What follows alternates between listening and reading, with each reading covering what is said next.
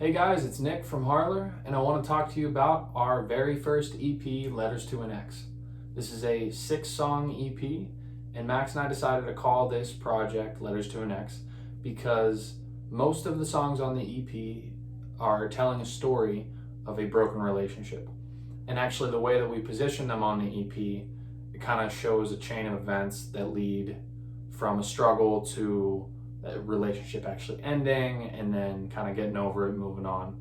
But we figured in that story it kind of made sense to wrap it all together as the title Letters to an Ex, which, to me kind of meant like messages back to your former self in a way that you're coping with it and, kind of talking about it and moving on from it. But the recording process for this EP was a bit sporadic, I think.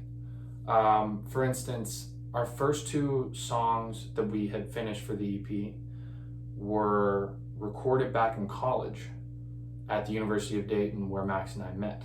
So instead of going out after a while, like our junior year, we decided to focus a bit more on making music. So we get a couple beers and set up this $100 blue USB podcast mic, which was like all I could afford at the time.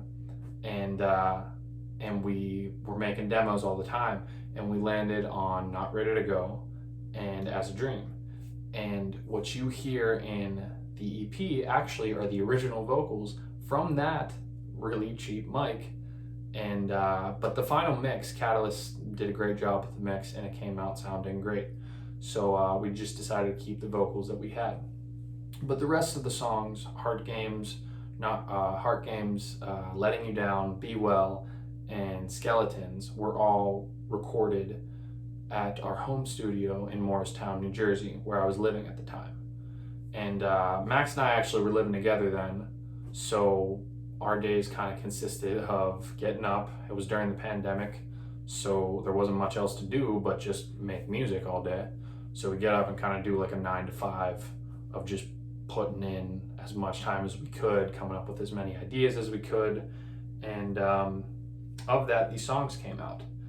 And we were trying to experiment a lot with certain things that could bring a unique sound to our records. And like, for instance, on Heart Games, we had a guitar track that melodically, like, it worked well for where I wanted to go with the song, but we wanted to do something to it a little bit different, so we pitched it down almost a full octave so that it had this like deep vocal effect, because deeper vocal sounds were pretty common and we were experimenting with that, but we were thinking that'd be cool to try it on a guitar to kind of have that effect. It sounds good on a voice, might sound good on a guitar, and it did. And I think that's what catches people's ear, at least from what we were told when we were passing the demo around, is that opening guitar. So that was a cool part of the recording process for that song. But the productions would sometimes be a bit more in place for some songs than others. For Be Well, actually, I kind of just laid down the bass line and sang the song to that, and then we built the production around it. Whereas Letting You Down kind of centered around the a cappella chords that you hear. Max had shown me those chords on, I think it was an organ that he was playing in the song Letting You Down. And again, we wanted to bring something different. So I took each note of those chords and I replaced it with an a cappella note of my own. And so it's my voice singing chords. And then we put this vibrato effect on it that made it shake the way that it does.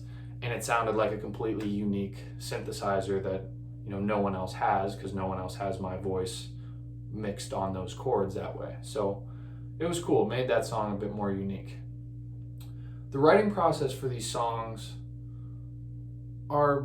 they kind of change a little bit, but for the most part, when I go into writing a song, I have a story in mind that I kind of want to explain and kind of want to guide the listener a bit more than some artists. I mean, the artists that I grew up listening to, that I kind of learned how to write songs from, are more storytellers, and that's kind of how I learned to write songs too.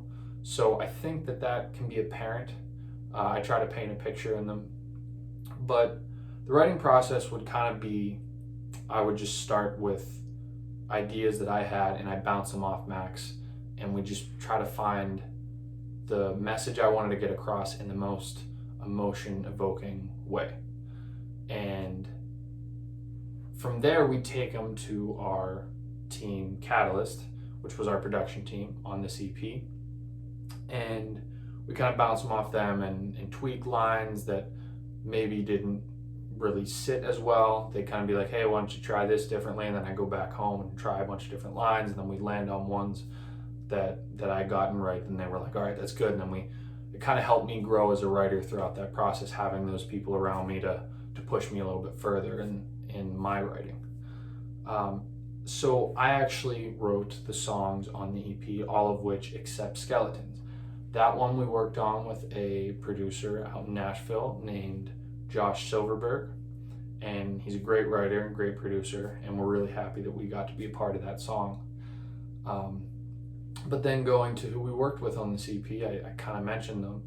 It starts with Max and I do production and writing together, and then it goes to our team Katalyst, where we'll do some production adjustments and add some things in, take some things out, maybe some writing tweaks here or there, and then they do our final mixes.